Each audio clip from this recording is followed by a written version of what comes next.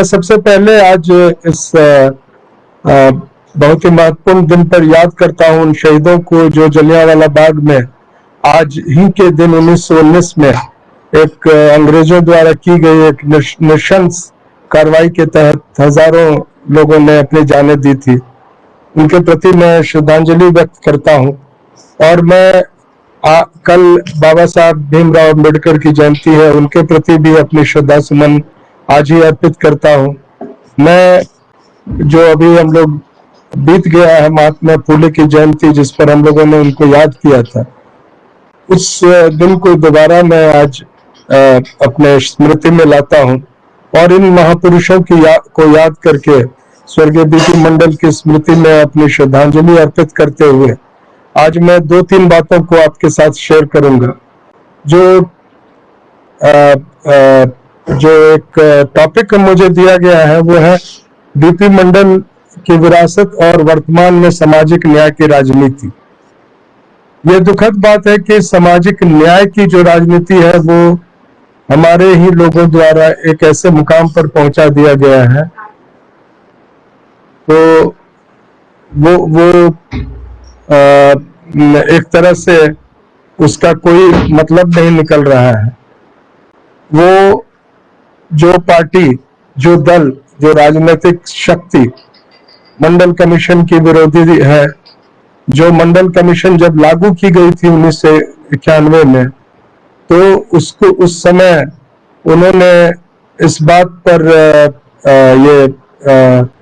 एक तरह से अपने जो रथ यात्रा निकालकर ये प्रयास किया कि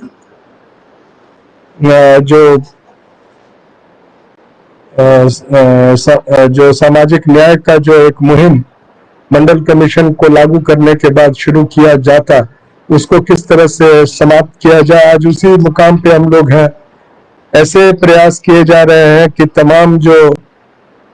कदम उठाए गए थे वीपी सिंह सरकार के समय भी, जो आंशिक रूप से मंडल कमीशन को एक तरह से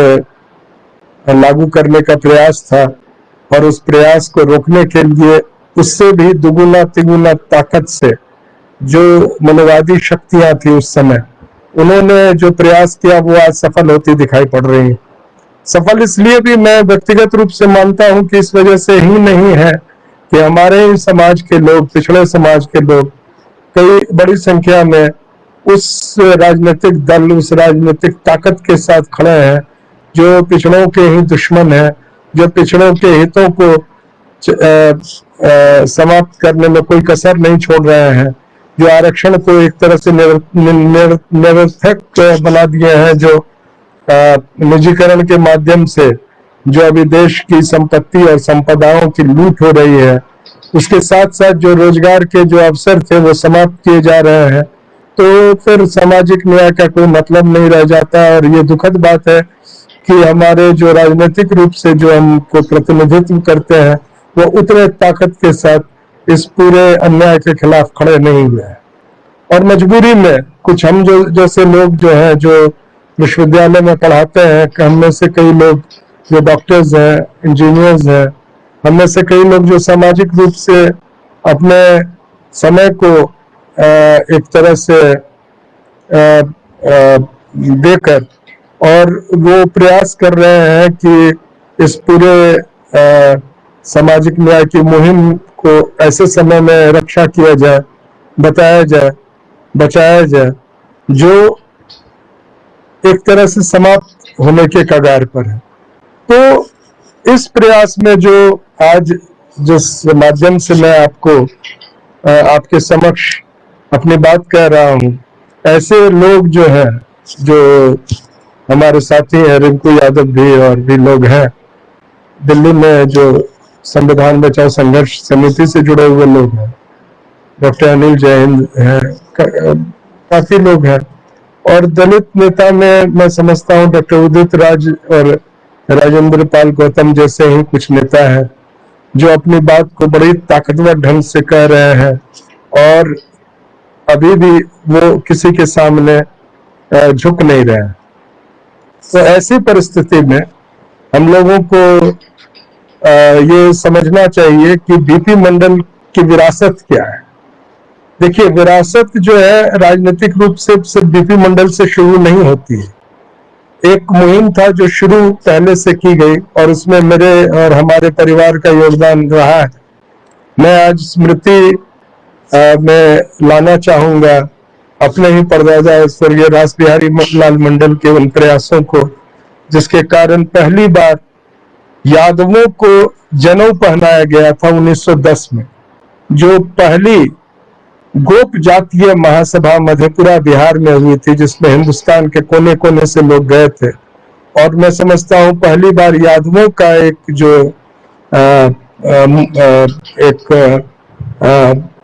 जो सामाजिक रूप से उत्थान के लिए प्रयास किया गया था। ये अलग बात है कि उस समय जो आज हम जिस विचारधारा के तहत जुड़े हुए हैं, जो काशीराम जी की विचारधारा है, बहुजन समाज की जो विचारधारा है, वो उस समय नहीं थी। तो जातिगत आधार पर लोग अपने अपने जातियों के उत्थान के लिए काफी प्रयास करते थे और उस समय ये शुरू की गई। मैं इसलिए इसका जिक्र कर रहा हूं आज के दौर में कि वो एक विरासत इसलिए थी कि जब उस समय 51 मन जनेऊ को एक यज्ञ करके और जो पूरे ब्राह्मणिकल जो व्यवस्था है उसके तहत हजारों लोगों को जब जनेऊ पहनाया गया, तो जब वे अपने अपने घरों की ओर गए और बिहार में ही जो दो इलाके थे उस समय, दरभंगा और मुंगेर, वहां पर उनको घेर घेर कर जो ये बता रहे थे कि हम जनेऊ धारण कर लिए हैं, उनको, और दरभंगा में मारपीट तो की ही गई थी। दरभंगा में तो उनको पकड़कर और जहां जहां जनेऊ उनके शरीर को स्पर्श किया था उसको लोहे से दागा गया था। तो ये आप समझ सकते हैं प्रतिक्रिया क्यों हुई। कोई भी चीज है, आज हो सकता है उसकी अहमियत हम नहीं समझ रहे हो कि जनेऊ धारण कराया गया, जनेऊ में क्या बात थी, हम नहीं पहनते हैं तो क्या फर्क पड़ गया। लेकिन जो उस समय जो अखिल भारतीय गोप जातीय महासभा, और उसके दस्तावेज मेरे पास मौजूद है। कई बार हमारे साथी जो है कहते हैं कि ये सभी दस्तावेज को साझा किया जाए, लोगों के बीच में रखा जाए। मैं प्रयास कर रहा हूं अपनी ओर से जितने समय मैं निकाल पाता हूं, आंदोलन के बीच में, विश्वविद्यालय में पढ़ाने के बीच में, और अपने जो पारिवारिक जिम्मेदारियां हैं मधेपुरा में उसको देखते हुए। तो अनेक प्रकरण हैं जो हमारे पूरे बहुजन समाज को एक प्रेरणा देगी। वो मैं प्रयास करता हूं कि लोगों के समक्ष आए और उस दिशा में मैं ये प्रयत्न कर रहा हूं। लेकिन जो आज ये अहमियत इसकी इसलिए है कि जो हम लोग एक विरासत की बात कर रहे हैं, वो विरासत ये है कि किस तरह से अपने अस्मिता को बनाया जाए, अपने सम्मान को बरकरार रखा जाए, अपने जो ऐसे लोग हैं, साथी हैं, जातिगत आधार पर, सामाजिक आधार पर, जमात के आधार पर हमसे जुड़े हैं, जिनके साथ अन्याय होता है, क्या हम ऐसे समय में उनके साथ खड़े होते हैं, क्या उनके लिए बोलते हैं, क्या उनके लिए जो संघर्ष करने का समय आता है तो हम कुछ भी समय निकाल पाते हैं कि नहीं। ये एक विरासत है, ये मंडल जी की विरासत थी और ये विरासत मिली थी उन्हें अपने ही पिता, जिनको वो सही ढंग से देख नहीं पाए थे। सही ढंग में इसलिए कह रहा हूं कि रास बिहारी लाल मंडल की जो मृत्यु हुई थी 1918 में, बहुत ही कम उम्र में, 52 वर्ष की आयु में, बनारस में उनकी मृत्यु हुई थी। और वहीं बनारस में ही जहां वो एक तरह से उनको लग रहा था कि शायद मैं नहीं बचूंगा, तो वो अपने प्राण त्यागने के लिए वहां थे, वहीं बीपी मंडल जी का जन्म हुआ। और बीपी मंडल जी का जन्म 25 अगस्त को हुआ और 26 अगस्त को सवेरे सवेरे रास बिहारी लाल मंडल के जो मृत्यु है वो हुई थी। तो उनके जो समय में जो कार्य किए हुए थे, उन्होंने सामाजिक रूप से तो कार्य किए ही, अंग्रेजों के विरुद्ध जो संघर्ष किया उसके लिए दरभंगा के महाराज ने उनको मिथिला का शेर कह के संबोधित किया था। और बंगाल में जब भी जाते थे तो उनके जो सानिध्य थे केशव चंद्र सेन या उस समय जो कांग्रेस के बड़े नेता थे, और मैं आपको बता दूं कि जो बिहार कांग्रेस का जो एक तरह से बनना शुरू हुआ, क्योंकि उस समय बिहार और बंगाल एक ही राज्य था और बिहार में कांग्रेस पार्टी की नींव रखी जानी थी, तो एआईसीसी के जो सबसे पहले सदस्यों में रास बिहारी लाल मंडल जो थे वो थे। तो एक राजनीतिक विरासत थी। इस विरासत की प्रमुख बातें ये था, एक अन्याय के विरुद्ध संघर्ष करना, दूसरा चरित्र की दृष्टि से अपने आप को इस मुकाम पर रखना कि कोई उंगली नहीं उठा पाए, किसी तरह का आरोप नहीं लगे,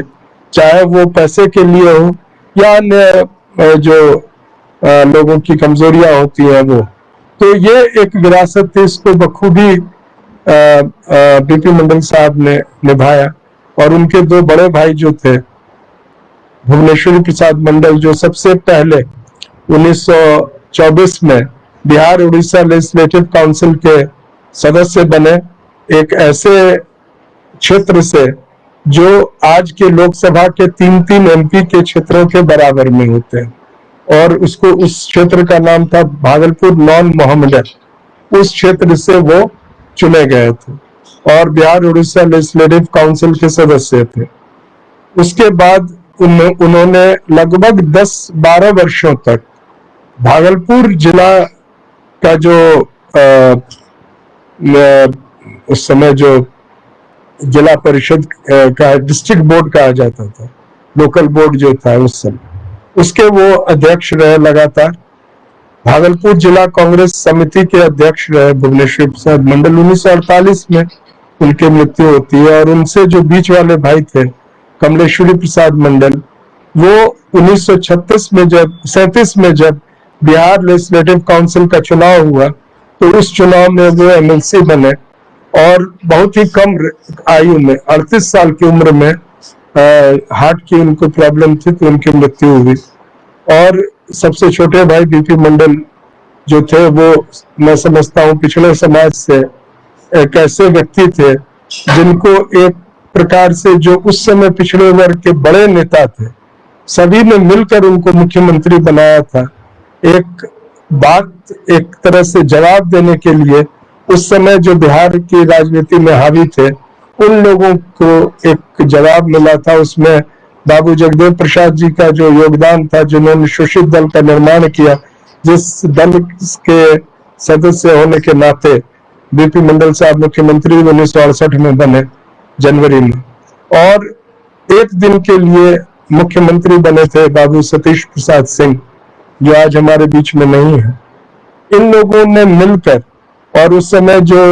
अन्य नेता थे, जो दलित नेता थे, जो आदिवासी नेता थे, उन लोगों ने मिलकर ये मुहिम चलाई थी। वो सरकार अधिक दिन तो रही नहीं क्योंकि कांग्रेस का बाहर से समर्थन था। कांग्रेस ने बाद में वो समर्थन वापस इसलिए ले लिया क्योंकि बीपी मंडल साहब ने भ्रष्टाचार के आरोपित कांग्रेस के सदस्यों को एक तरह से क्लीन चिट देने से इनकार कर दिया, न ही उनके विरुद्ध जो कमीशन चल रहा था उस कमीशन को वापस लेने का से इनकार कर दिया और उनको कहा गया इसके कारण आपकी गद्दी जा सकती है, और उन्होंने कहा कि कोई अर्ज नहीं है, मैंने अपनी बात समाज के सामने रख दी और मैं कहा। उस दौरान एक दिलचस्प वाकया हुआ था, एक दो वाकया मैं सुना देना चाहता हूँ आज। उन जो लोग बिहार में के हैं, हमारे कई साथी सुन रहे हैं, ये अंजनी जी हैं, वो किंग यादव लिख रहे हैं, और भी कई लोग हैं, वो वाकिफ होंगे जो बरौनी के पास रिफाइनरी है और उस रिफाइनरी में पेट्रोल को रिफाइन किया जाता है और किसी कारणवश उसी समय पेट्रोल का रिसाव हो गया गंगा जी में, गंगा नदी जो पास में ही है वहां पर, उसमें तेल बह के पहुंच गया और बड़े स्तर पर वो तेल तैरने लगा और उस पर आग लग गई और ये आग एक दो दिन तक लगी रही। उसको बुझाने का प्रयास काफी बड़े पैमाने पर किया गया और ये खबर और ये सूचना बिहार विधानसभा में भी दी गई और उस समय जो पंडित विनोदानंद झा थे उन्होंने उठकर टिप्पणी की कि जब शूद्र बनेगा मुख्यमंत्री तो और क्या होगा, गंगा में तो आग ही लगेगी।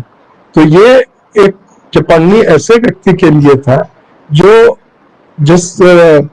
सामाजिक आर्थिक स्तर पर उस समय जो पूर्व मुख्यमंत्री साहब थे जिन्होंने ये टिप्पणी की थी, उनके लगभग 10 गुना बेहतर स्थिति पर बीपी मंडल साहब थे, पढ़ाई लिखाई में भी, आर्थिक रूप से भी, और जो ओवरऑल पर्सनालिटी होता है इस तरह से। लेकिन जाति के आधार पर उनको शूद्र कह के अपमानित किया जा रहा है। मैं आज देखता हूं, हम लोग कई लोग देखते हैं सोशल मीडिया पर ये बराबर बहस चलता है कि हम शूद्र नहीं, हम तो क्षत्रिय है। ये आप जो बोल दीजिए, जो आपको सर्टिफिकेट देता है, जिससे हमारे कई जो साथी हैं जिनका हम सम्मान करते हैं, जो पूर्व मुख्यमंत्री भी हैं स्टेट्स के, वो जाके चरणों पे बैठते हैं। किस लिए आप बैठ रहे हैं? ऐसे व्यक्ति के चरण पे जो कहा कि आरक्षण समाप्त होना चाहिए, ऐसे व्यक्ति के चरणों पे बैठते हैं जो कहा कि जो सामाजिक न्याय है ये बिल्कुल बेकार की चीजें हैं, और उनको उन्हीं के पिता जो मुख्यमंत्री थे उन्होंने जेल भेजने का भी काम किया था। तो ऐसे हम मानसिक स्तर पर अगर रहेंगे तो वो चीज, वो शख्स कम से कम बीपी मंडल साहब नहीं थे। उन्होंने अपने समय में भी, हालांकि उनके दोस्त और चाहने वाले जो थे वो तमाम सवर्ण समाज के भी लोग थे, जो आज तक जिनकी लिखी हुई किताबें या आर्टिकल्स जो है, खासतौर से उस समय सजीदानंद झा जो उस समय सर्चलाइट अखबार के एक तरह से एडिटर थे और बहुत दिन तक उनका योगदान रहा बिहार की राजनीति पे टिप्पणी करने के लिए, और उस पर जो उन्होंने अपने संस्मरण और किताबें लिखी हैं, वो बीपी मंडल जी को सबसे आदर्श एडमिनिस्ट्रेटर मानते थे। अपने आर्टिकल्स में उन्होंने लिखा था। क्यों मानते थे? क्योंकि किसी भी चीज का आंकलन करके उसके जो प्रभाव है उसको सामाजिक रूप से पूरी तरह ये देखते हुए, और ये देखते हुए कि उसमें किसी प्रकार का भ्रष्टाचार की बात नहीं है, ये भ्रष्टाचार के विरुद्ध मंडल जी ने अपने पूरी जिंदगी लगाई। तो ये सिर्फ बात नहीं थी कि सामाजिक न्याय के लिए ही वो प्रेरणादायक व्यक्तित्व है। आज वो अगर एक तरह से एक आदर्श व्यक्ति राजनेता के रूप में अगर याद किया जाए तो मंडल जी में वो गुण थे। जो पहला गुण ये था कि किसी के सामने झुकते नहीं थे। इंदिरा जी और जो लोहिया जी दोनों ने 68 में इनको कहा कि आप मुख्यमंत्री नहीं बनेंगे, और दोनों की बात काट कर ये मुख्यमंत्री बने। तो और दोनों राजनीतिक रूप से एक अलग अलग दिशा से अलग अलग पार्टियों के बड़े नेता थे। तो वो तो एक बात थी कि किसी के सामने वो झुकना वो मंजूर नहीं था उनको। और ये विरासत जो है ये मैं समझता हूँ बाबू रासबिहारी लाल मंडल से इसलिए मिली थी कि मुझे याद आ रहा है कि जब 1917-18 में जो तमाम ऐसे जो 1910 में जो यादव महासभा हुआ था, वहां से ये प्रयास किया गया था, जो गोप जातीय महासभा जिसका नाम था, उसमें प्रयास किया गया कि जो समाज है यादव समाज, उसका उत्थान तब होगा जब वो पढ़ेंगे। तो जो दस्तावेज मेरे पास है, आपको जानकर बहुत ही आश्चर्य होगा कि आज से 100 साल पहले, लगभग नहीं पक्का 101 साल पहले जो सभा हुई उसमें जो प्रस्ताव पारित किए गए, उन प्रस्तावों में पहला प्रस्ताव ये था कि पूरे यादव समाज को शिक्षा ग्रहण करने के लिए जितनी सहूलियत दी जानी चाहिए थी, जो लोग समाज के सक्षम व्यक्ति हैं वो पूरे अलग अलग इलाकों में स्कूल कॉलेजेस खोले और वहां पर उन बच्चों को पढ़ने की सुविधा हो, हॉस्टल्स खोले। और 3 जगह जो टारगेट हो बच्चों का उस जमाने में 101 साल पहले, कि या तो वो सिविल सर्विसेज में compete करें, या तो वो इंजीनियरिंग में जाए या मेडिकल में जाए। इसके लिए जो भी प्रयास करना पड़े ये था। तो उसी दरमियान 2 बातें आई थी कि एक तो ये बात थी कि जो नौकरी में जो अंग्रेजों के द्वारा जो तैयार की गई या जो उनके प्रशासन के तौर पर जो रोजगार के अवसर थे, सिर्फ रोजगार के अवसर वो नहीं थे, वो सत्ता के एक ऐसे स्थान थे जहां से अंग्रेज के शासन का वो एक अभिन्न अंग थे, और उनके हस्तक्षेप से, उनके सहयोग से ही अंग्रेजों का शासन चलता था। उन पदों पर क्या ऐसे समाज के लोग, खासतौर से जो जिस समाज से आते थे मंडल जी, उनके लोगों को क्या वो स्थान मिलेगा, क्या वो वहां पर रोजगार प्राप्त कर सकते हैं, इसके लिए उनको आरक्षण की व्यवस्था की जाए। तो ये डेलीगेशन लेके जाना था उस समय जो गवर्नर जनरल थे उनके पास। और ये मंडल जी चूंकि अंग्रेजों के विरुद्ध बहुत संघर्ष कर चुके थे और कांग्रेस के एक बड़े नेता थे उस समय, रासबिहारी लाल मंडल साहब, तो उन्होंने कहा कि हम लोग जितने व्यक्ति हैं वो हम लोग जाएंगे तो हम लोग सीधे शेक हैंड्स करेंगे गवर्नर जनरल से। मैं ये बताना चाहूंगा कि जो रासबिहारी लाल मंडल साहब ने उस समय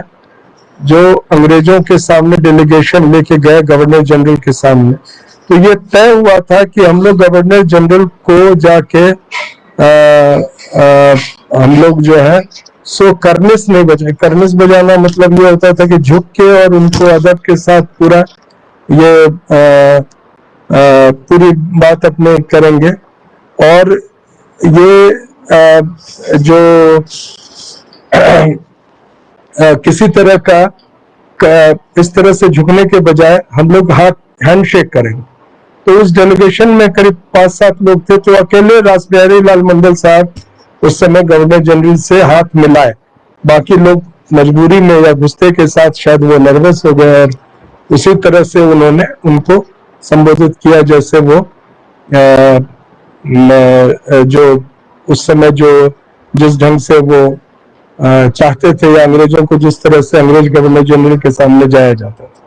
तो मैं आज इसलिए ये बातें कर रहा हूं कि ये जो समाज में जो ये परिस्थितियां हैं ये बराबर आ रही हैं, ऐसी परिस्थितियां बन रही हैं। मैं उन लोगों में हूं जो मानता हूं कि चाहे जितनी भी इस पिछड़े समाज का दुर्गति क्यों नहीं हो जाए, हम लोग ऐसी स्थिति में नहीं है कि हमारे जो हितों को रौंद रहे हैं वही चुनाव जीतेंगे। लेकिन चूंकि ईवीएम का एक आ गया है बीच में, जो एक तरह से खेल है, उस पूरे खेल में सामाजिक रूप से हम पिछड़ रहे हैं, क्योंकि मेरी अपनी समझ है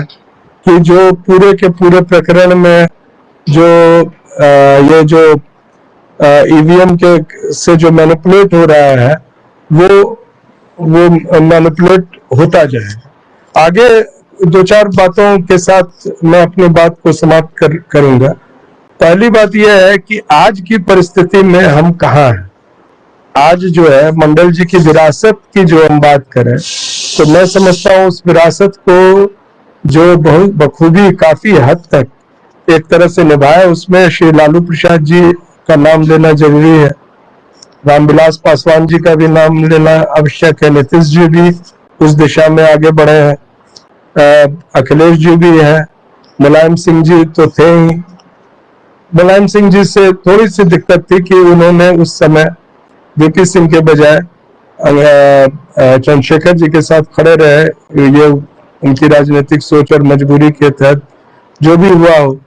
लेकिन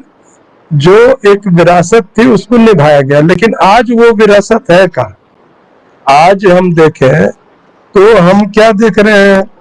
कि जो मंच पर एक सामाजिक न्याय पक्ष का जो राजनीति कर रहे हैं लोग, वो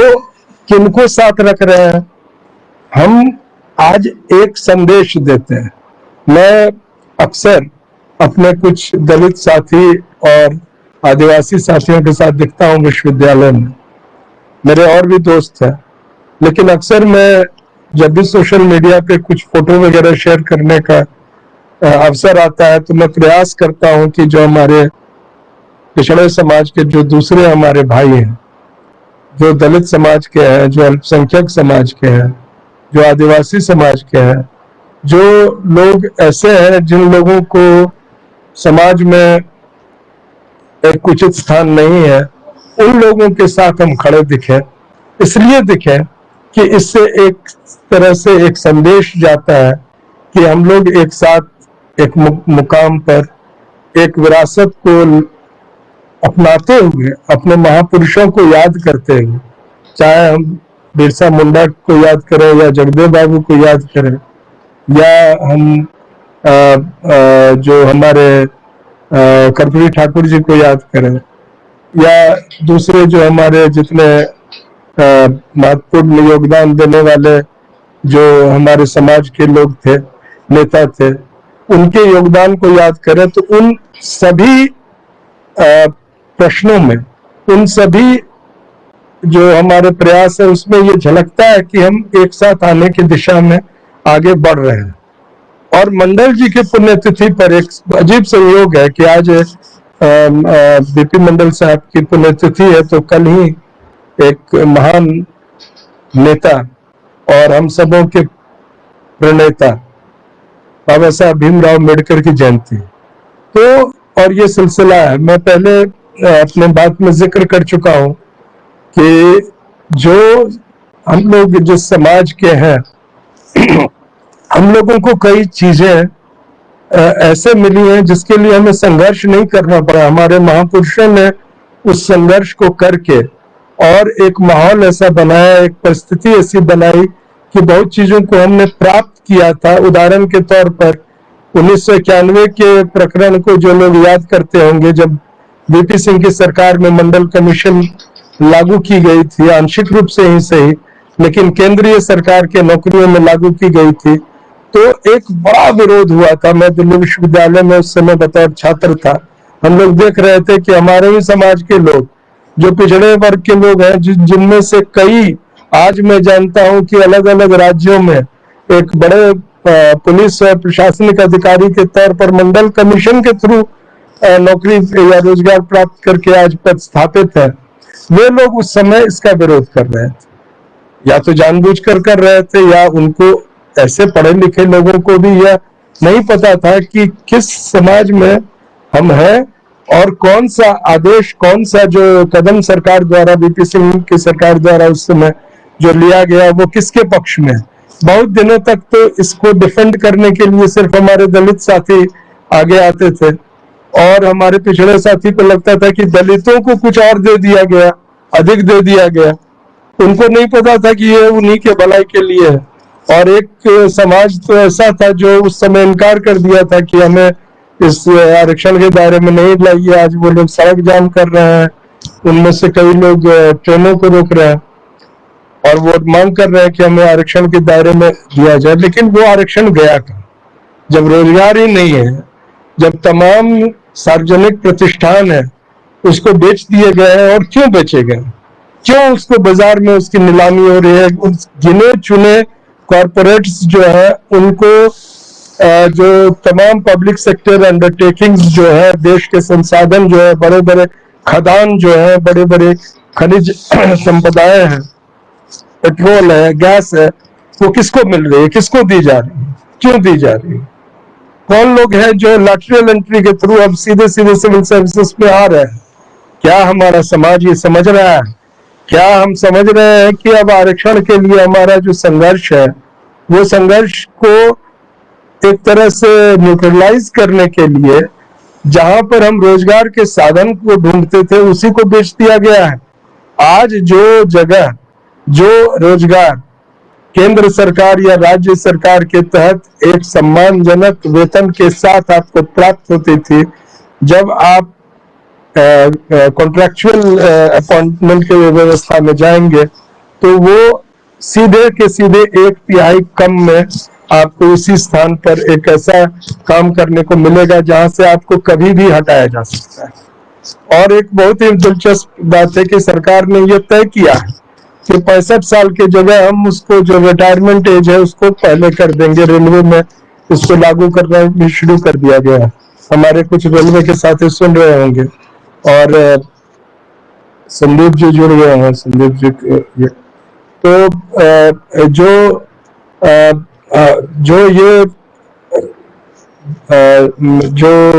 रेलवे में जो ये मुहिम चलाई गई है इसके तहत किसको निकाला जाएगा, किन लोगों को ये बताया जाएगा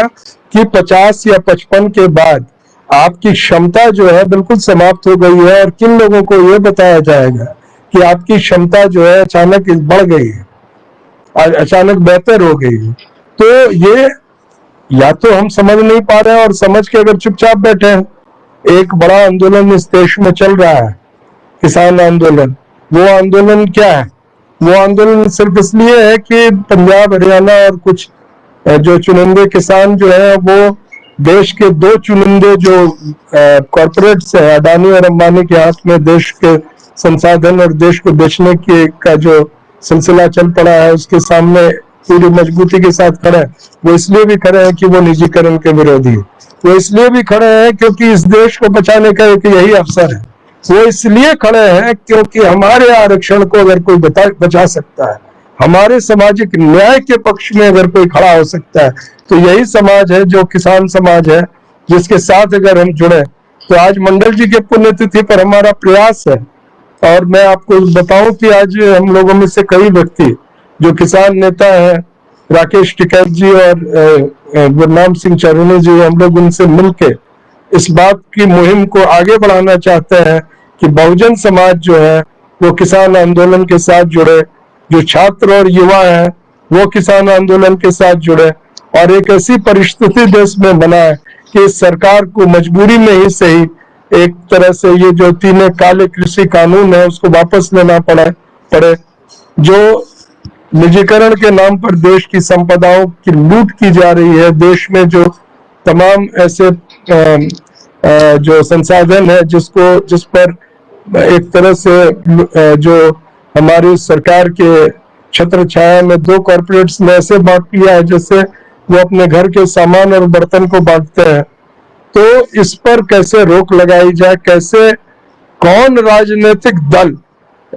कौन राजनेता ये हिम्मत कर सके, ये बोल सके कि हम जो है सो इस निजीकरण को सिर्फ रोकेंगे ही नहीं, हम पुनः पूरी की पूरी अडानी को, पूरी की पूरी अंबानी को और उसके जितने कंपनीज है, उसके जितने पैसे हैं, उसका वैसे ही राष्ट्रीयकरण करेंगे जैसे श्रीमती गांधी ने बैंकों का राष्ट्रीयकरण किया था। लेकिन आज बैंक बिक रहे हैं। तो आज ये बोलने का भी साहस और हिम्मत नहीं, और ईवीएम के विरुद्ध जो एक संघर्ष होना चाहिए वो तो बिल्कुल नहीं दिख रहा है। हमारे एक बड़े स्ट्रेटेजिस्ट है जो हर जगह पहुंच जाते हैं, सॉफ्ट हिंदुत्व को बढ़ावा देते हैं। आज बंगाल में वो ऐसी माहौल की जो जीतने वाले हमारी नेत्री है, जो ममता बनर्जी की पार्टी है, उसको एक तरह से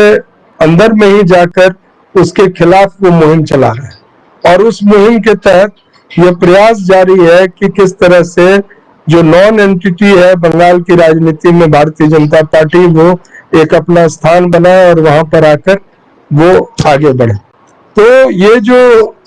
मैं समझता हूं आज वो दिन है जब हमको याद करना होगा कि इस विरासत को, जो मंडल जी के संघर्ष का विरासत है, उसको कौन आगे बढ़ाएगा। हमारे कौन नेता जो है, जो अपने खुद के चरित्र, सामाजिक न्याय के प्रति अपनी निष्ठा,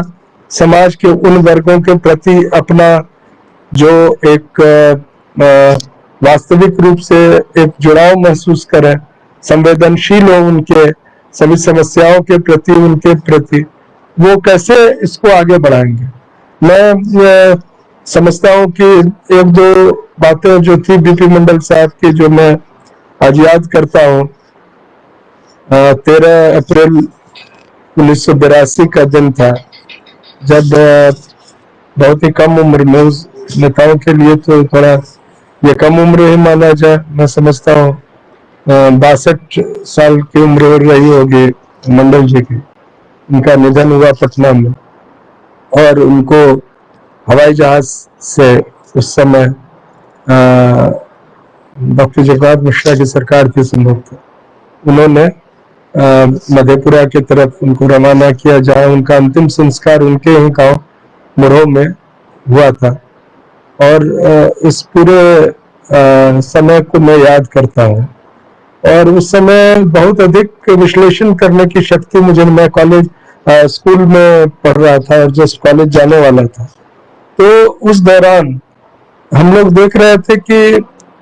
क्या ये मतलब ये राजनीति किस ओर जा रही है, क्योंकि मंडल साहब 2-3 चीज जो मुझे याद है, जो 1981 1982 में जब श्रीमती गांधी वापस सत्ता में आई थी, तो उन्होंने ये एक तरह से सबको लगा कि जो मंडल कमीशन है उसको ही समाप्त कर देगी, पिछड़े वर्ग आयोग को ही समाप्त कर देगी। एन मंडल जी उस समय श्रीमती गांधी के साथ मिले, उनके पार्टी में वो ज्वाइन किए, और ज्वाइन करने के पीछे मकसद सिर्फ इतना था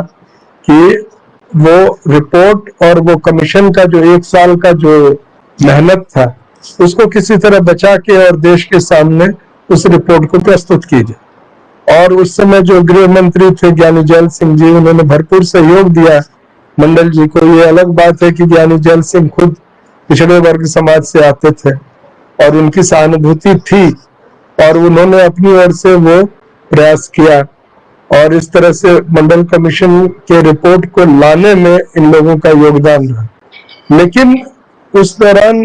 एक चीज और हुई थी, श्रीमती गांधी ने मैसेज दिया था कि इस रिपोर्ट को ऐसे बनाया जाए जैसे इसमें आर्थिक आधार ही महत्वपूर्ण हो,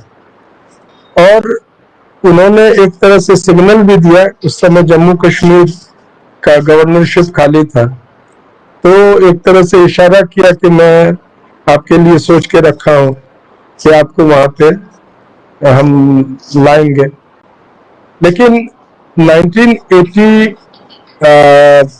आई थिंक 1981 31 दिसंबर, उस दिन उन्होंने रिपोर्ट विज्ञान भवन में सौंपी। श्रीमती गांधी थी उस सभा में। कई तस्वीर हम लोग देखते हैं सोशल मीडिया में, उस समय टाइम्स ऑफ इंडिया वगैरह अखबारों में छपा था। ज्ञानी जैल सिंह जी थे, और उस रिपोर्ट को उन्होंने प्रस्तुत वहां उनको सौंपते हुए वेरी नेक्स्ट मॉर्निंग 1 जनवरी 1982 अपने पहले समान वो दिल्ली पे जो जनपद 21 जनपद उनका जो आवास था, जहां संजोग आज उस घर को डिमोलिश करके और जो जगह वहां बनाई गई है वो उसका नाम है बाबा साहब भीमराव अम्बेडकर इंटरनेशनल सेंटर। अगर आप जनपद में जाए दिल्ली में तो वो जगह देखेंगे, एक बहुत ही भव्य इमारत और बाबा साहब भीमराव अम्बेडकर की याद में वो बनी है। वहीं पर पहले 21 जनपद हुआ करता था जो इनका रेजिडेंस था मंडल जी के। तो वो उसी दिन वो अपनी गाड़ी, और फिएट गाड़ी थी 8500, नंबर याद है हमको, तो वो उससे पटना लौटे, और यहाँ आकर उन्होंने एक तरह से बाद में मैं एक आर्टिकल पढ़ रहा था, श्री SS गिल जो कि IAS अफसर थे, बहुत ईमानदार IAS अफसर थे और मंडल कमीशन के सेक्रेटरी थे एज ए ब्यूरोक्रेट। तो वो अपने संस्मरण में हिंदू अखबार में एक आर्टिकल में उन्होंने लिखा था कि जब राष्ट्रपति को ये सौंप कर रिपोर्ट आ रहे थे,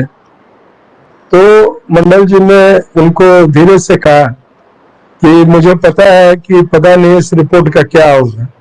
ऐसा लग रहा है जैसे इसको गंगा जी में प्रभावित करके मैं आ रहा हूं। मतलब इसको एक तरह से भूल जाना ठीक रहेगा, क्योंकि जो लोग हैं आज सत्ता में वो इसको इम्प्लीमेंट नहीं होने देंगे। आज देखिए कितना दिलचस्प है, जो रिपोर्ट का आधार ये बना और जिसके लिए उसको क्रिटिसाइज किया गया कि आखिरी सेंसस जो जाति आधारित हुआ था वो 1931 में हुआ था अंग्रेजों के समय, और जो उसके परिणाम थे, जो उसके आंकड़े थे, उसको एक तरह से कोरिलेट करते हुए, तो प्लस माइनस करते हुए, और उसको आज के संदर्भ में यानी कि 1981 के संदर्भ में उसको लाते हुए और उसी आधार पर एक आंकड़ा प्रस्तुत किया गया जो संभवतः पिछड़े वर्ग का होना चाहिए, ऐसा कहते हुए कि कमीशन ने यह तय किया कि कम से कम 54% देश की आबादी जो है वो पिछड़े वर्ग की है। अब ये प्रश्न आता है कि 27% ही क्यों अनुशंसा की गई आरक्षण की, जबकि पिछड़े वर्ग के मुकाबले जो दलित आरक्षण था, जो संवैधानिक तौर पर 1947 से ही लागू हो गया, लेकिन दिल्ली विश्वविद्यालय जैसी जगह में 1997 तक वो लागू नहीं था। तो ऐसे जिनको अपने संख्या के आधार पर दिया गया आरक्षण, यानी कि 15% for SC and 7% for ST, एक मानते हुए कि ये आंकड़ा जो है सो उनके जो जनसंख्या है उस आधार पर है, तो पिछड़े वर्ग को भी क्यों नहीं जनसंख्या के आधार पर दिया गया। तो उस समय सुप्रीम कोर्ट का एक डिसीजन था जिसमें कहा गया था कि कुल मिलाकर जो आरक्षण दी जा सकती है वो 50% ही दी जा सकती है। तो चूंकि 15 + 7.5 यानी 22.5% SC और ST के लिए पहले से आरक्षण थे, तो जो बचता था वो 27% बचता था, जिससे कुल मिलाकर आरक्षण की संख्या 49.5% हो जाती थी। और यह सुप्रीम कोर्ट के उस आदेश का अवहेलना नहीं था, और ये मानते हुए मंडल जी और पूरी कमीशन ने उस समय ये माना था कि उनकी जो रिपोर्ट है उसको एक एक पन्ना करके उसका सुप्रीम कोर्ट में उस पर चर्चा होगी, उसको निरस्त करने का प्रयास किया जाएगा। और हुआ भी ऐसा। 2 केस में, इंदिरा साहनी केस, केशवानंद भारती केस, जो सब मंडल कमीशन को सुप्रीम कोर्ट में जो आज तक की जो सबसे बड़ी बेंच थी, यानी कि full bench of supreme court, जिसमें सभी जो सुप्रीम कोर्ट के जो सबसे बड़ी बेंच बनती है, शायद 9 जजेस उसमें होते हैं, वो बेंच ने मंडल कमीशन के सभी पन्नों को एक एक करके पढ़ा और प्रयास किया ये जानने का कि हम कहां से इस रिपोर्ट को खारिज कर सकते हैं। और उस रिपोर्ट के पक्ष में खड़े होने वाले जो सबसे महत्वपूर्ण जो लॉयर थे और जिनका मैं बहुत सम्मान करता हूं, जो आज नहीं है, श्री राम जेठमलानी साहब। राम जेठमलानी साहब डिफेंस में थे मंडल कमीशन, और उन मंडल कमीशन को खारिज करने के लिए जो उस समय लोग थे, जो एडवोकेट्स थे, वो लगभग पूरा का पूरा जो उस समय सबसे वरिष्ठ और नामी एडवोकेट जितने थे सब एक लाइन में खड़े। लेकिन अंततः सर्वोच्च न्यायालय को एक भी ऐसा पॉइंट नहीं मिला जहां से मंडल कमीशन के रिपोर्ट को गैर संवैधानिक माना जा सकता था। और उन्होंने अपनी ओर से आखिरी में जो इंदिरा साहनी केस में क्रीमी लेयर का कंसेप्ट जो जोड़ा, वो एक तरह से गैर संवैधानिक कंसेप्ट था जिसको हमारे नेताओं ने कभी विरोध नहीं किया। और आज भी उसी कंसेप्ट के तहत अभी भी ये कहते हैं कि हम पिछड़े वर्ग को बांटेंगे।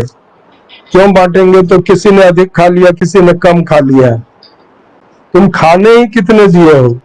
क्या अभी तक 27% कोई भी RTI इंफॉर्मेशन आप देख लें, संसद में किसी का जवाब देख लें, कोई भी सूचना क्या ये कहती है कि जो 27% पिछड़ों की आरक्षण है वो पूर्ण रूप से दी गई है? अभी तक नहीं दी गई है। विश्वविद्यालयों में ये हाल है कि एक भी प्रोफेसर मंडल कमीशन के अनुशंसा के तहत पिछड़े वर्ग से आकर वो प्रोफेसर नहीं बने। और एक नया कंसेप्ट आ गया है जिसको लैटरल एंट्री कहते हैं। लैटरल एंट्री मतलब क्या है? लैटरल एंट्री हमारे जो कई साथी हैं जो खासतौर से युवा वर्ग है, जो जिनका सपना होता है कि वो सिविल सर्वेंट बने, आज वो सो रही है क्योंकि आपको अब अवसर नहीं मिलने वाला है। अगर आप पिछड़े, दलित, आदिवासी और अल्पसंख्यक समाज से हैं तो आप शायद ही IAS और IPS बन पाए, क्योंकि लैटरल एंट्री का जो प्रावधान निकाला गया है वो प्रावधान ये है कि शुरू में इसको एक्सपेरिमेंट तौर पर सिर्फ 9 पोस्ट पर लाया गया। उसमें कहा गया सरकार को ये इजाजत है कि किसी भी क्षेत्र में जो बहुत ही नामी व्यक्ति होते हैं, जो बहुत ही पढ़े लिखे शोध कार्य किए हुए व्यक्ति होते हैं, जिनके जो अनुभव है, जिनके जो शिक्षा है, जिनकी जो उस विभाग में अध्ययन है, उस आधार पर पूरे भारत सरकार को फायदा हो सकता है, तो भारत सरकार उनको आमंत्रित कर सकती है और सिविल सर्वेंट बना सकती है। लेकिन इस पूरे प्रावधान को ऐसे तोड़ मरोड़ करके ये सरकार प्रस्तुत की है कि उन्होंने क्या किया, 9 पोस्ट जो एडिशनल सेक्रेटरी या जॉइंट सेक्रेटरी रैंक का है जो केंद्र सरकार के मंत्रालय में, वहां अडानी अंबानी के यहाँ काम करने वाले जो क्लर्क्स हैं, जिनकी योग्यता का कोई मापदंड नहीं है, जिनकी मनोनयन और जिनकी नियुक्ति किस आधार पर भी होगी, जिसका चेहरा शकल सूरत देखकर या वो तथाकथित रूप से डिग्री इंग्लैंड और अमेरिका से ले आए होंगे, लेकिन जब उसको कंपटीशन में बिठाया जाएगा तो सिविल सर्विसेज के प्रीलिम्स को भी पास करने की हैसियत में नहीं रहेंगे, उनको सीधे सीधे ज्वाइंट सेक्रेटरी बना दिया गया। और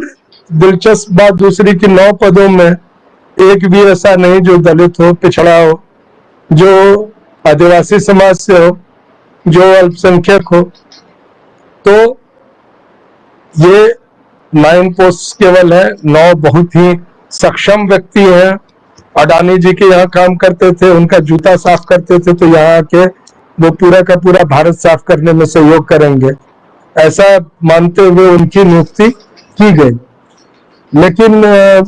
जो परिस्थिति फिर बनी तो उसमें लोगों ने कोई विरोध नहीं किया, कोई बहुत बड़ा विरोध नहीं हुआ। हम लोग, हमारे बहुत ही सम्मानीय मंत्री और बड़े भाई हैं, साथी हैं, भाई हैं हमारे, बड़े भाई, मतलब हम लोग शायद एक ही एज ग्रुप से होंगे। श्री राजेंद्र पाल गौतम दिल्ली सरकार में मंत्री हैं, उन्होंने जंतर मंतर पर जय भीम करके एक ट्रस्ट या जो संस्था है उसके अगुवाई में लैटरल एंट्री पर एक बड़ा विरोध प्रदर्शन किया। उस विरोध प्रदर्शन में काफी लोग आए, भाषण भी हुए, लेकिन जो हमारी बड़ी पार्टियां हैं, जो लोग आज सामाजिक न्याय के वोट पर सिर्फ आगे बढ़ते हैं, जिनका एक तरह से विशेषाधिकार है, जो मंडल जी के राजनीति के विरासत पर अपना दावेदारी करते हैं, वो कोई निकले नहीं। और तब तक दूसरी सूचना आ गई कि सिर्फ 9 पद नहीं, अब 40 पद जो है सिविल सर्विसेज के, जो बड़े पद हैं, वो दिया जाएगा इन्हीं लोगों को लैटरल एंट्री के थ्रू। और उसके बाद की सूचना यह है कि 400 पदों को दे दी जाएगी लैटरल एंट्री के थ्रू, सिविल सर्विसेज में इन लोगों को दे दी जाएगी। कुछ खास बात मैं बता दूं, सिविल सर्विसेज जो है सिर्फ रोजगार का साधन नहीं है। उसका एक उदाहरण यह है कि 1991 में जब वीपी सिंह ने केंद्र सरकार के रोजगार के अवसरों में मंडल कमीशन को लागू किया था, तो सबसे बड़ी संस्था जो थी जहां पर लोगों को जो नियुक्तियां की जाती थी वो सिविल सर्विसेज था। और सिविल सर्विसेज जो यूपीएससी के थ्रू कंडक्ट होता था, उसमें उस साल जो टोटल नंबर ऑफ वैकेंसीज था वो आया था 1800 या 1600 आया था, जिस साल वीपी सिंह साहब ने लागू की। तो इसका मतलब था कि 50% लगभग अब आरक्षित हो जाएगा, यानी कि 800 नौकरियां फिर भी ऐसी थी जो अनरिजर्व्ड कैटेगरी में। और जो लोग ये मार कर रहे थे, जो लोग विरोध कर रहे थे, उसमें से शायद ही कोई सिविल सर्विसेज कम्पीट करता, लेकिन उनको पता था कि ये देश को चलाने वाला कौन है, तो सिविल सर्वेंट्स है। उसके बाद उन्होंने क्या किया कि जो उस आंदोलन के बाद जो सरकार आई वो पीवी नरसिम्हा राव की सरकार थी, और उस समय जो टोटल नंबर ऑफ जॉब्स जो एडवर्टाइज किए गए वो थे 338 या 350। कोई आंदोलन नहीं, किसी तरह का कोई देश शरीर में आग लगाकर विरोध प्रदर्शन नहीं। और वो शरीर में जो आग लगाने वाली बात है उस पर तो मैं पूरे एक तरह से दस्तावेज और उसके प्रूफ के साथ मैं कुछ सूचना दूंगा, जो मैं अपनी किताब लिख रहा हूँ उसमें मैं बताऊंगा। वो आज मैं उसका जिक्र नहीं करना चाहता, लेकिन ये समझने वाली बात है कि सिविल सर्विसेज जो है आपके इलाके में, आपके क्षेत्र में जो एसपी होता है, जो डीएम होता है, जो मंत्रालय में जो बड़े अधिकारी होते हैं, किसके हाथ में रहता है सब कुछ? क्या मंत्री जी चाह के भी बहुत काम कर पाते हैं? उनमें से चूंकि कई लोग की दिलचस्पी सिर्फ पैसे कमाना होता है, तो उसी आधार पर वो अपनी जो है वो कामकाज करते हैं। तो इस तरह से मैं समझता हूँ कि लैटरल एंट्री जो है वो सिर्फ आरक्षण पर, रोजगार पर हमला नहीं, आरक्षण पर भी हमला है। और आगे जो है सो रोजगार के जो साधन जो है वो तो संकट में है, दलित पिछड़ों को तो मिलना नहीं, लेकिन आपको सत्ता में नहीं आने देने के लिए हर तरह से उपाय को कर लिया गया है। और उस उपाय के तहत अब आप कहीं नहीं है। क्या अभी आप नहीं जगेंगे? क्या जो लोग आज मंडल जी के विरासत के दावेदारी कर रहे हैं, क्या उनको सड़क पे नहीं आना चाहिए? क्या ये नहीं हम लोगों को बताना चाहिए कि किसान आंदोलन जो है वो एक तरह से हम सबों का आंदोलन है और हम सबको उसमें हिस्सेदारी करनी चाहिए? जो मैं आज उनको सुझाव दिया हूँ, मैंने कहा है कि टिकैत साहब से, राकेश टिकैत साहब से भी कहा है कि आप आह्वान कीजिए युवाओं को, छात्रों को,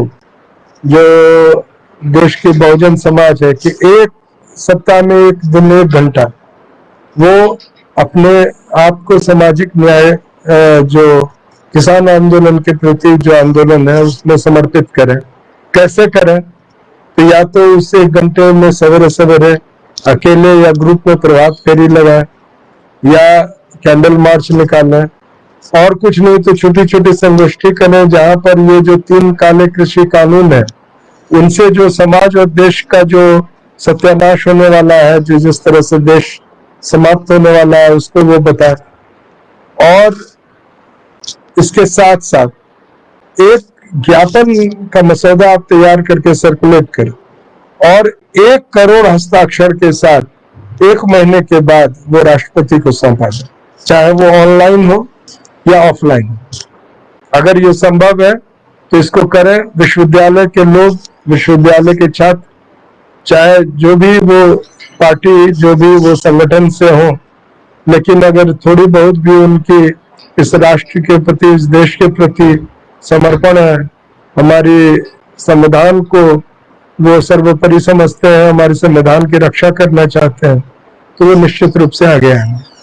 तो आज मैं इन्हीं बातों के साथ अपनी बात समाप्त कर रहा हूँ। मैं माफी चाहता हूँ कि चूंकि मैं जो ये सामाजिक न्याय आंदोलन पेज के साथ जुड़ा हूँ और उसी पर मैं अपनी बात कह रहा हूँ, तो जो ये जो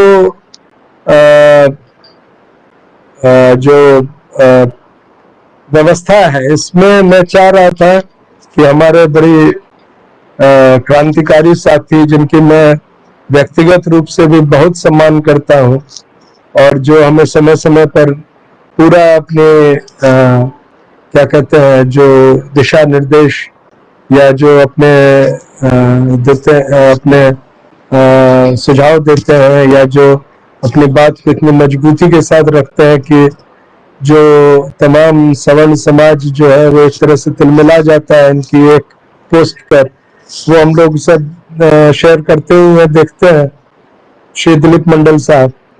मैं आज इस सभा में जितने लोग हमारे साथी जो जुड़े हैं, यादवेंद्र यादव जी हैं, उदय सिंह जी हैं, नरेश यादव जी हैं, हरनाम सिंह जी हैं, ये सारे लोग कई लोगों का तो रिंकू जी जो है, और भी लोग जो है जिनका नाम मैं अभी सौरभ राणा जी है, ब्रह्मदेव पासवान जी है, मिथिलेश कुमार मंडल जी है, सुनील यादव जी है, ओम प्रकाश महतो, हिजम साहब है, हमारे बड़े सम्मानीय साथी हैं। आज हम लोग की मुलाकात होगी शाम को। और भाटी साहब है, नामजी भाटी, दयानंद मिश्र जी हैं, ओबीसी धर्मेंद्र कुशवाहा जी हैं, और रामचरित्र झा जी है, और अनिरुद्ध मांझी जी है, संदीप जी है, पप्पू बेंदी साहब है, विनोद यादव है, वाचना राम जी हैं, ज्योति प्रकाश जी हैं, बालकिशोर यादव जी हैं, केशव भारती जी हैं, अजय प्रकाश जी हैं, AK सिंह साहब है, इम्तियाज खान साहब है, और देवेंद्र कुशवाहा झांसी से है, नमो बुद्धाय सर, और जी कुणाल यादव जी हैं, अरविंद जी हैं, और सामाजिक इसमें जितने लोगों का, सुधांशु यादव है, और जिन लोगों का मैं नाम पढ़ पाया हूँ, सभी लोगों का शुक्रिया। और आप जुड़े। और मैं अपनी बात समाप्त करने के पहले एक विशेष निवेदन करना चाहूँगा, और एक अपने हृदय के सबसे कहना चाहिए तहे दिल से ये बात मैं बताना चाहूँगा कि जो हमारा संविधान है ये सिर्फ खतरे में नहीं है, इसको समाप्त करने का पूरा मुहिम चल रहा है, और उस मुहिम को हम लोग थोड़े जग के, थोड़े साथ आके, थोड़े बोल के, थोड़े आंदोलन में से शरीक होके, और जो अभी जो जिस ढंग से चल रहा है, जो महामारी है, उस बीच में जहाँ तक संभव हो अपना योगदान दे करके हम अपने समाज की, हम अपने देश की, हम अपने जमात की, हम अपने जो लोगों के जो अधिकार है, जो उनके लिए न्याय की बात करते हैं, वो हम बचाने का प्रयास करें। और इसके लिए एक सामने जो एक अवसर है वो है किसान आंदोलन से जुड़ने का। दूसरा अवसर है कि जाति जनगणना हो, चूंकि मैं जो बता रहा था कि मंडल कमीशन 1931 के आंकड़ों पर काम किया था, तो ये भी सच्चाई है कि जो मंडल कमीशन ने अनुशंसा की थी कि 1981 में जो जनगणना शुरू हो चुकी थी,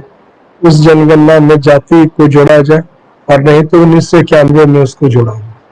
उसके पहले काका कालेलकर कमीशन जो था, उन्होंने भी इस बात को रखा कि जो जाति जनगणना आवश्यक है। किसी भी समाज में अगर ये आरोप लगता है किसी एक जाति पर, तो उसका निराकरण हो। आपको जानकर बड़ी खुशी होगी या दिलचस्प लगेगा कि जिन समाजों के बारे में कहा जाता है कि वो आपके हिस्से की खा गए, वो नहीं खाए आपके हिस्से। आपका हिस्सा जो खा लिया है वो तो जाति जनगणना कराने ही नहीं दे रहा है।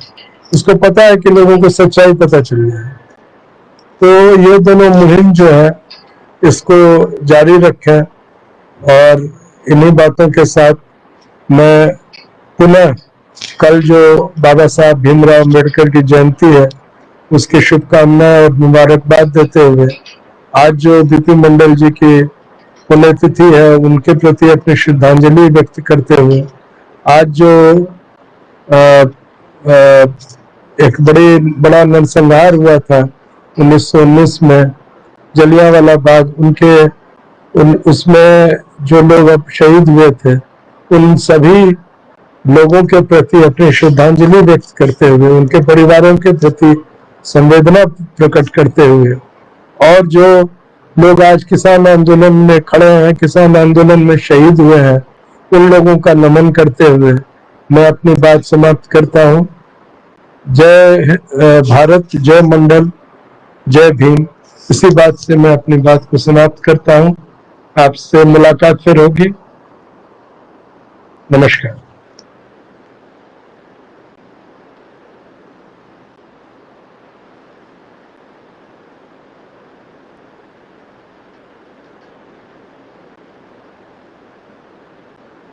दस्तक की आपसे गुजारिश है कि अगर इसको बचाना चाहते हैं तो नेशनल दस्तक को सब्सक्राइब करने के लिए रेड कलर के सब्सक्राइब बटन को दबाएं,